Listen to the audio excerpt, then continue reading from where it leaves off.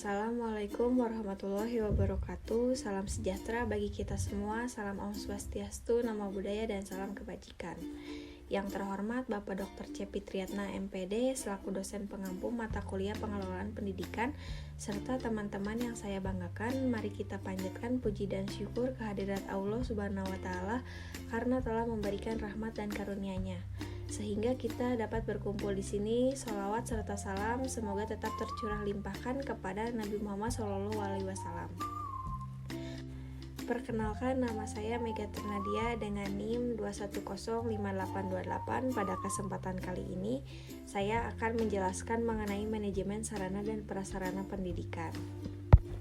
Berikut ini merupakan topik pembahasan mengenai manajemen sarana dan prasarana pendidikan yang akan saya jelaskan, dimulai dari pengertian sarana dan prasarana pendidikan, tujuan manajemen sarana prasarana pendidikan, prinsip manajemen sarana prasarana pendidikan, jenis sarana prasarana pendidikan, standar sarana prasarana pendidikan, perencanaan sarana prasarana pendidikan, serta yang terakhir pengadaan, penyimpanan, inventarisasi, dan penghapusan sarana prasarana pendidikan. Dimulai dari pengertian manajemen sarana dan prasarana pendidikan.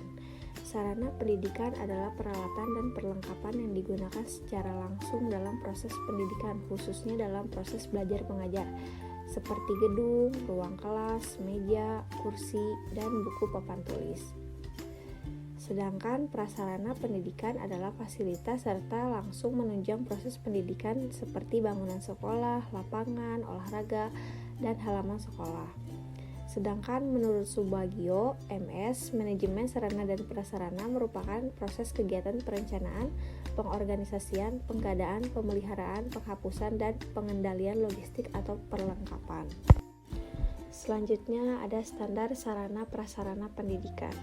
Standar sarana dan prasarana SD diatur dengan jelas dalam Permendiknas nomor 24 tahun 2007. Berdasarkan Permendiknas tersebut, maka standar sarana dan prasarana SD dapat dijelaskan sebagai berikut. Yang pertama ada satuan pendidikan, yang kedua ada lahan, yang ketiga ada bangunan. Selanjutnya ada prinsip manajemen sarana prasarana pendidikan. Di sini ada 5 prinsip. Yang pertama yaitu prinsip pencapaian tujuan, prinsip efisiensi, prinsip administratif, prinsip kejelasan tanggung jawab, dan yang terakhir yaitu prinsip kekohesifan. Lalu di sini ada jenis-jenis sarana prasarana pendidikan. Di sini ada 3 alat peraga. Yang pertama yaitu alat pengajaran, yang kedua alat peraga, dan media pengajaran. Selanjutnya ada standar sarana prasarana pendidikan. Standar sarana dan prasarana SD diatur dengan jelas dalam Permendiknas nomor 24 tahun 2007. Berdasarkan Permendiknas tersebut, maka standar sarana dan prasarana SD dapat dijelaskan sebagai berikut. Yang pertama ada satuan pendidikan, yang kedua ada lahan, yang ketiga ada bangunan. Selanjutnya yaitu perencanaan sarana prasarana pendidikan. Perencanaan sarana dan prasarana pendidikan didasarkan pada 5 tahap sebagai berikut. Yang pertama, mengadakan analisis terhadap materi pelajaran yang mana yang membutuhkan alat atau media dalam penyampaiannya, dan kemudian dibuatkan daftar kebutuhan alat-alat media. Selanjutnya, mengadakan perhitungan perkiraan biaya dan menyusun prioritas kebutuhan. Lalu menunda pengadaan alat untuk perencanaan tahun berikutnya, serta yang terakhir menugaskan kepada staf untuk melaksanakan kebutuhan. Lalu di sini ada pengadaan proses kebutuhan sarana dan prasarana. Pengadaan sarana dan prasarana pendidikan di sekolah umumnya melalui prosedur sebagai berikut. Yang pertama yaitu menganalisis kebutuhan dan fungsi sarana dan prasarana. Yang kedua, mengklarifikasi sarana dan prasarana yang dibutuhkan. Lalu membuat proposal pengadaan sarana dan prasarana, dan permohonan pengadaan sarana dan prasarana, serta yang terakhir pengontrolan pengadaan sarana dan prasarana pendidikan. Selanjutnya ada inventarisasi sarana prasarana pendidikan. Inventarisasi adalah pencatatan dan penyusunan daftar barang yang menjadi milik sekolah secara sistematis, tertib, teratur, dan berdasarkan ketentuan serta pedoman yang selama ini berlaku.